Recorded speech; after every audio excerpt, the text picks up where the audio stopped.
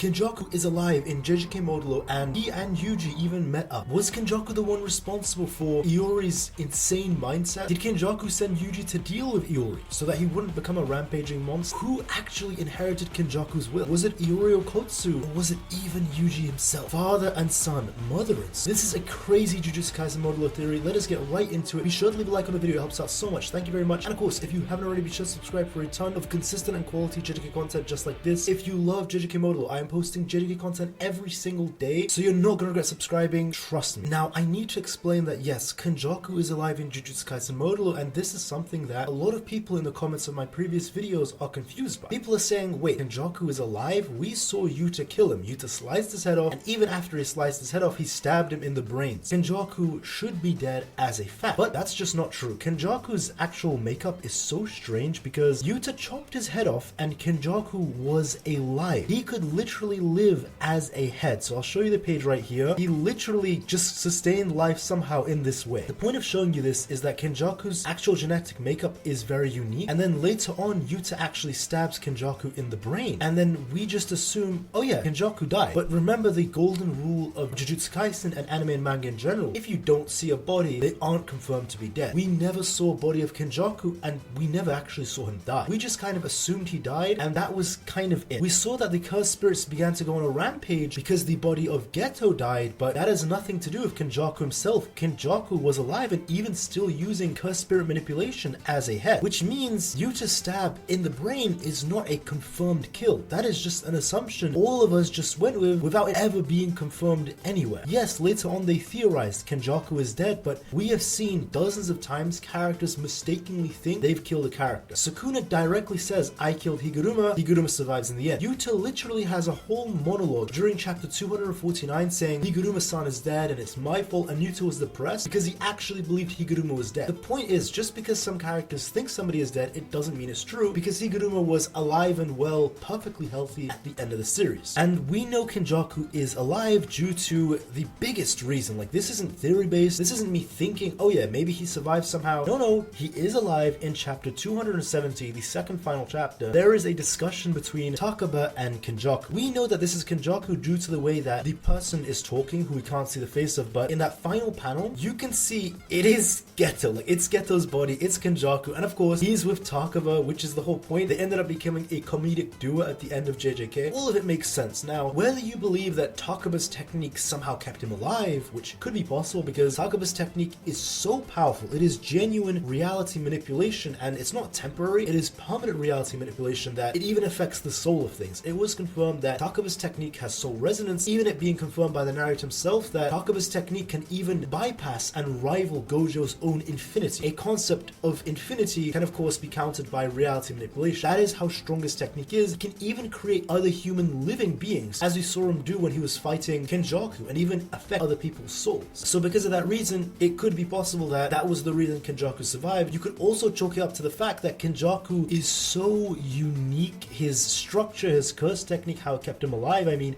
remember, his head was chopped off completely fine using his curse technique, literally as if nothing is wrong. Yuta stabs him directly through the brain, and Kenjaku is talking as if there's no problems at all. And we never see a dead body anywhere. Nothing. We just assume that he died, even though it is not confirmed. Just a quick note, it was said that Yuta and Rika ate the body of Kenjaku. However, in the actual Japanese, it does make it seem more vague if it was the whole body or if it was just a body part. Even other times when he ate the body parts of other people, he actually just sometimes says the body of or parts of. In any case, it doesn't actually matter if he ate the body of it, because maybe he didn't eat the head, or maybe Kenjaku's contingencies like a binding vow somehow brought it back. Maybe Takaba actually resurrected him. It doesn't matter because we know the end result is that Kenjaku somehow survived, even though Rika ate either a portion or the whole body of Kenjaku, with us not even knowing if that included the head, as that was a separate matter. Now, the reason I bring up Kenjaku is because A, we've established that he is alive. Like, there's two routes that he could have survived, but the point is, in 270, clearly he survived until the end of the series, meaning because he is alive, he can just simply take over new bodies and keep staying alive that way. He is definitely alive in JJK Modulo. I don't know what he'll do. I'm not saying he's evil or bad. The point is, he is alive. And the one thing that people always mention in my comments is, who inherited Kenjaku's will? When Yuta took him out in chapter 243, he says, makes sense. It's a shame to bow out before I finish. My will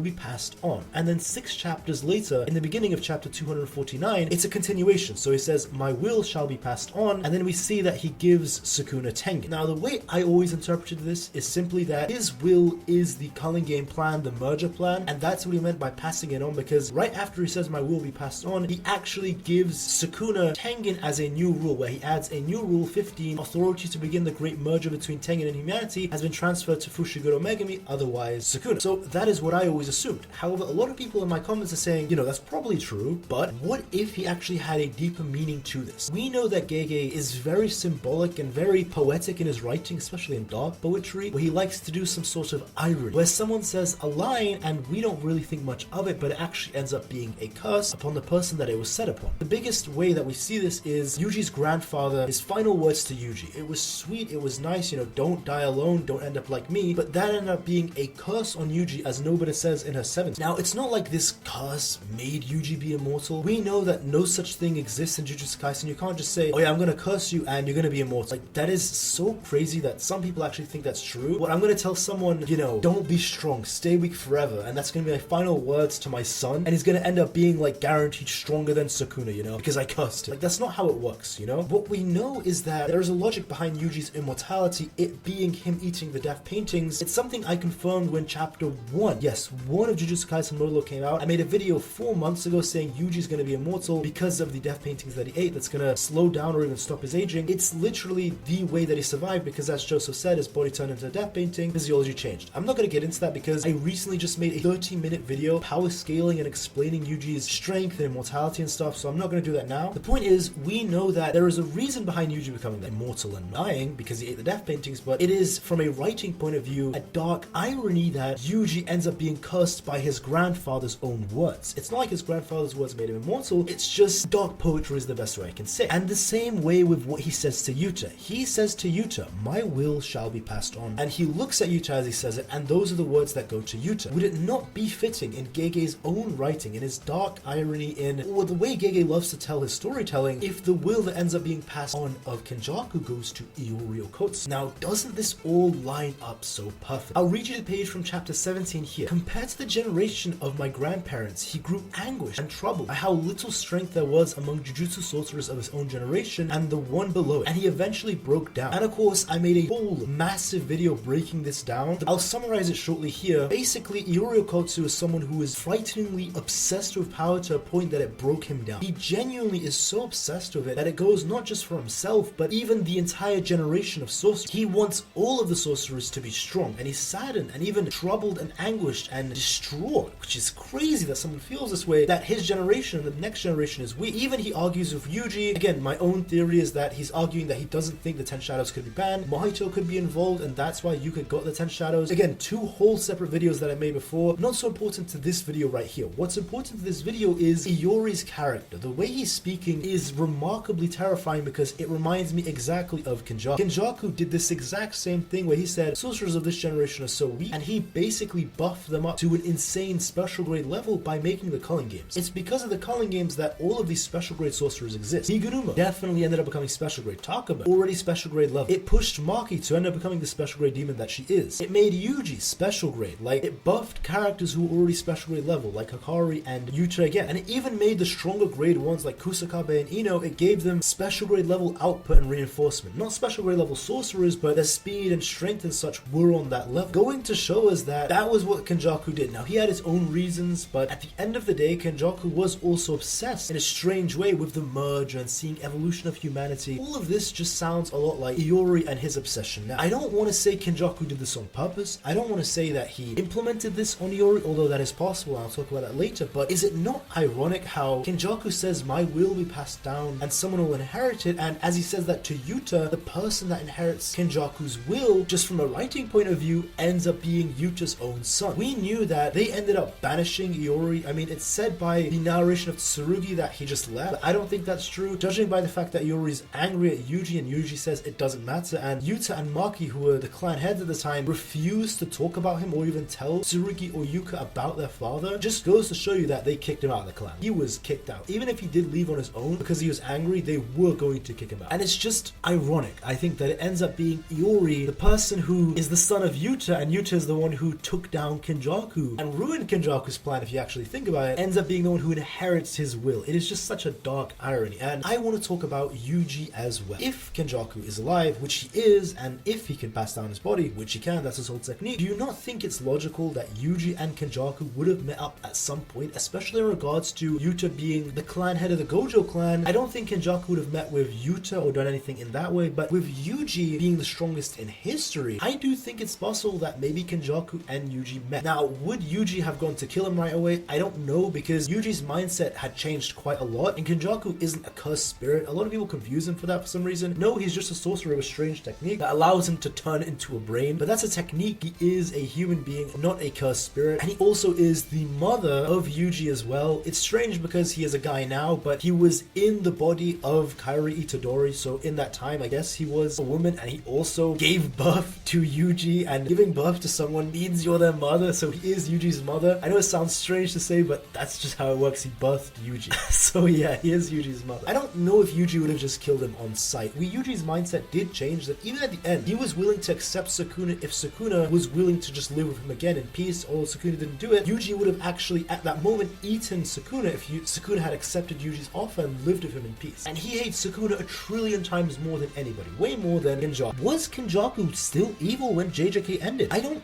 know, actually. I don't really think so. I mean, just looking at 270 and Kenjaku just being a chill guy, you can see this entire conversation. I'll have it on the page right on the screen so you can read it here. They're just talking, they're chilling, and they're actually just a comedic duo now. They're talking about, you know, what comedy should we do? Where should we go from here? Kenjaku isn't talking about any world-changing plans. Kenjaku isn't doing anything evil. He's actually just a comedic duo with Takaba and a comedian. I think if he were to run into Yuji, which probably would have happened since Takaba at some point would have ran into Yuji and those guys. He is a special grade level sorcerer. I imagine at times he just meet with everyone again because they did become friends, and he was one of the biggest reasons they even won, because he soloed Kenjaku. As crazy as that sounds, Takaba actually did. But still, if Yuji were to meet this Kenjaku who's chill now, who's not evil and doesn't have any plans, I don't see why Yuji would kill him. If anything, he would probably be accepting of the fact that he's reformed. I don't think he'd be friends with him. I think there would still be hostility between each other, although Kenjaku would probably be friendly to Yuji, but I think they would have spoken many times probably over these 80 years and just gotten to know each other. Maybe this was even a way that Yuji could have eased his loneliness because Kenjaku is still alive and going around. Kenjaku is someone who's lived for over 1,000 years, mind. So if anyone would understand what to do with this loneliness, it would be Kenjaku. It was never said that Yuji is lonely or that Yuji is all alone. All that was said is that he just doesn't like seeing his friends die. That's what makes Yuji sad, seeing his friends die and knowing he can't get the death that his grandfather wanted. Now, it could end up being the case that Yuji is lonely because that goes with the theme of all of the strongest characters are lonely. It's been Yuji, it's been Gojo, Sukuna, even Nobara, as was said by Uyu, that, you know, your loneliness will be sufficed. Yuji probably is experiencing some loneliness, even if Kenjaku is alive, but that may just be able to help in some ways. Kenjaku may even be in a new body, so when we see him again, it wouldn't be Geto's body since that would age, and I don't see why Kenjaku's technique would be gone. I really don't. The only way I can see it is if Kenjaku made a binding vow when Yuta stabbed him in the brains to basically survive this and not die. In exchange, he can never use his technique to body hop again. That is the only way I could see Kenjaku not being able to body hop again, but if it was Takaba's technique that allowed him to survive, or just a general unique body, or even a combination of both, then in that case, Kenjaku should be able to just body hop again. It could even be possible that Kenjaku was talking to Iori and Kenjaku ended up becoming evil again, and he was secretly manipulating Iori, turning him evil, and that was just a last middle finger towards Yuta, because that is his son and he was manipulating him in the shadows all this time. That could be very interesting as well, where he was sort of a shadow villain for a while, and that would explain why Yuji got involved, because I always keep questioning, why was Yuji the one who spoke to Yori and told him it doesn't matter and banished him? Out of all characters, why Yuji? I get he's the strongest, but this is Gojo clan affairs. Why is he getting involved? Only reason I can see it being the case is either Maido's involved or Kenjaku's involved, because those are two things that would tie to Yuji. But hey, that's just what I think. Let me know what you think in the comments down below. Once again, if you enjoyed the video, be sure to leave a like. It helps out so much. Thank you very much. And of course, subscribe for a ton of consistent and quality Jujutsu Kaisen Modulo content just like this. If you're loving Jujutsu Kaisen Modulo, if you love JJK, you're not going to regret subscribing that much, I promise you. That's all from me. Have a great day, guys, and take care.